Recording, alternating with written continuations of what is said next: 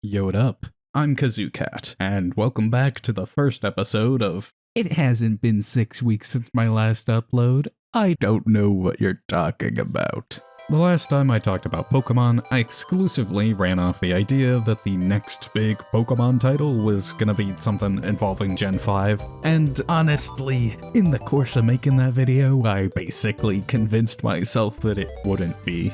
We aren't due to have another mainline remake until after Generation 10, due to a pattern that apparently not everyone believes, but I will choose to continue to. And we were already getting so much Unova-related content recently that it kinda felt like a way to prepare Gen 5 fans for the reality that Gen 5 remakes are not, in fact, coming soon. Am I cherry-picking thoughts I had in the previous videos specifically to make it seem like I was always right? Yeah, obviously. But all that's water under the water now, because I feel like Gen 6 Pandering is infinitely better and more deserved than Gen 5. I just didn't think Pokemon would do it.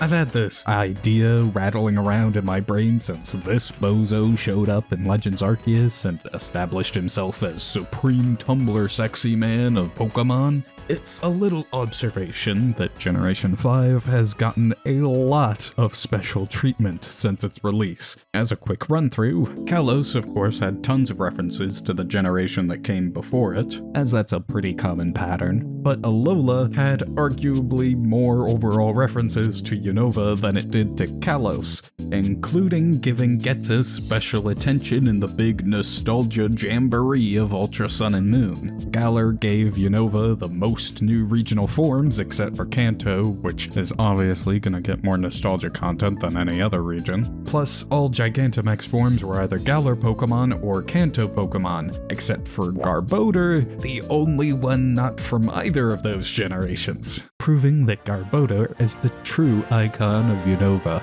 Hisui brought back the real, genuine Ingo for only $4.99, and gave Clay an ancestor, as well as giving a lot of Gen 5 Pokemon new regional forms. And then Paldea had the entire Blueberry Academy DLC with locations and characters specifically linked to Unova, including another character tied to Clay for some reason. Obviously, it makes sense that the France region has statues of the America region legendaries. There's a precedent for that, and the Hawaii region having lots of Unova stuff isn't a big shocker either. The Britain region having ties to the America region? Wake me up when there's something unexpected. Okay, well, the unexpected part is that they chose to make a ton of references to Unova in Old Sinnoh and make the DLC for Spain/Portugal set in Unova as well, which I think at that point just means they like Unova a lot. That is a major presence in every single generation since Gen 5 came out. Meanwhile, poor Gen 6 over here got the short end of the stick, even within its own generation. Gen 6's main gimmick, Mega Evolution, wasn't given to any Gen 6 Pokemon outside of Diancie in Omega Ruby and Alpha Sapphire. The Kalos starters were effectively overshadowed by the Kanto starters early into X and Y, and it's the only generation of games with no extra content outside of the initial release. So a bunch of stuff left in the code that was clearly intended for additional Gen 6 games wasn't used until later, or never at all. The only attention Gen 6 has gotten since then was through a couple regional forms in Legends Arceus, and the aforementioned "we were gonna make more Gen 6 games but didn't have time to" section of Alola, which I'm sure was so subtle that I bet you didn't even notice it. But because Gen 6 is so underdeveloped, it's probably the generation I wanted to see more of the most. Until I fell in love with Gen 9 so much that now I just want to see more of those characters, but I'm not really counting on that happening for a while, so let's just say it's Gen 6 for now. What specifically do I want to see expanded on in Legends ZA?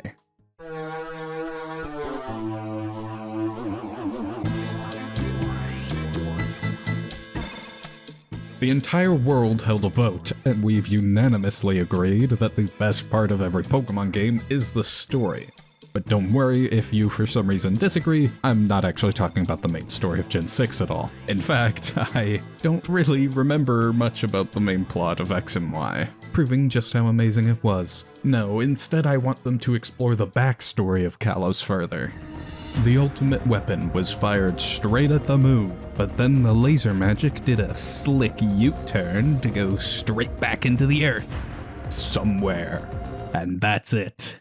I think Lysander wanted to fire it again as part of the main plot, but otherwise it's largely unexplored in Gen 6. For what would probably be a massive historical event, I wish we saw more of it. In fact, some people think that Area Zero in the center of Paldea might be the crater from the ultimate weapon, which could be a neat tie-in, but further explanation on what exactly happened with all that would be great.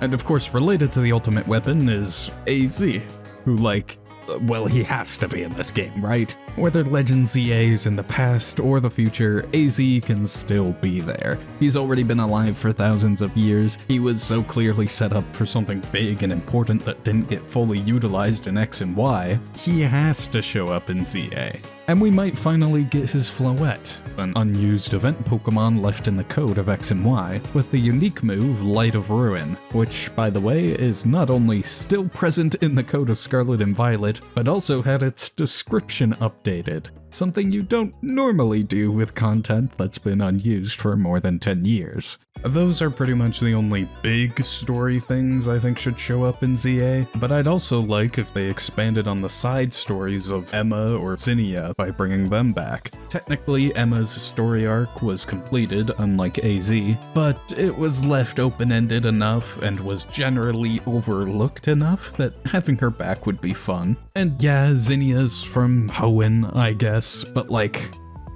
okay, I don't have a justification for Zinnia. Just could it have killed them to make these characters less enjoyable if they're only gonna show up for a short side story in the post-game?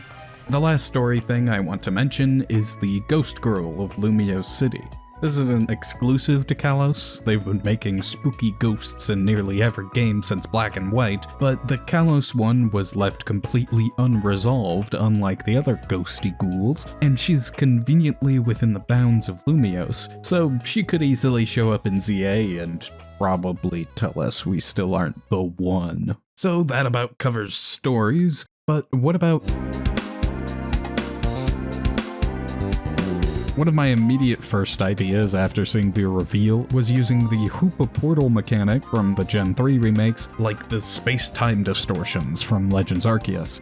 Unfortunately, that's as far as my thoughts go on that mechanic, but I think that'd be a cool way to bring that system back. And I think having a proper encounter with Hoopa, similar to what Legends Arceus did with its event Pokemon, could be a lot of fun. Although, giving any event-exclusive Pokemon a non-event way to obtain them with a little scene dedicated to them is always going to be a win in my book. Speaking of my book, Chapter 7, believe it or not, is about the other two Gen 6 mythicals. It says here, Diancie has enough of her own lore going on with the Carbink connection and Mega Evolution, but Volcanion could definitely use more love. In what way? I don't know.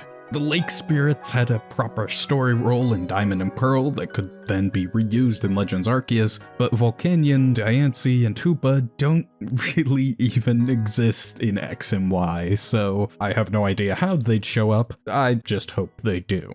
All in all, Legends Arceus had every single Gen 4 Pokemon available and obtainable in the game, which is obviously a good sign for Kalos Pokemon, but all of the Noble and Ride Pokemon were regional forms or evolutions of Pokemon from other generations. But Kalos already has the least amount of Pokemon to its name, and they frankly deserve all the love they can get. Obviously, we should have Go-Goat or Skiddo as one of the Ride Pokemon, but I hope they make all of the Ride Pokemon Kalos mons. And actually, I want them to pander so hard for Kalos that it starts to seem unreasonable. I hope there's little to no Pokemon from other regions, unless it's a new Kalos form or something. I hope that brand new Kalos Pokemon are added, not new regional evolutions or new members of legendary groups from other regions, just completely new original Kalos Pokemon, or new evolutions to existing Kalos Pokemon at least. I hope the starters in ZA are just the Kalos starters, but now with new Mega evolutions, rather than being starters from different regions with new regional forms. In fact, I hope they make France real. Okay, I'm obviously getting a bit too passionate about a generation that isn't even mine to claim. And I don't really expect, nor necessarily want, Legends ZA to be exclusively Kalos content to the extreme that I was just joking about. I'm just happy that the game is happening in the first place. Of course, the dark, greedy, twisted part of my soul would love more Gen 5 stuff to show up, but the cool, rational, third adjective part of my soul recognizes just how much better it is that Gen 6 is getting a Legends game. There's ways I could twist Gen 5 representation into ZA without too much stretching. Like, Elisa could show up since she's all about fashion, just like Kalos is, or N could be in there since he's the middle of the alphabet, while AZ covers the start and the end. Heck, throw a relative of Clay's in there, they love doing that. But I enjoy this being Gen 6's time to shine. Besides, they're legally required by the rule of following patterns to make a Gen 5 remake next, unless they stop doing remakes entirely or something, which, honestly, I'd also be fine with. Just give Genesect or Victini some cool non-event way to obtain them like you did with Meloetta, and I'll be happy.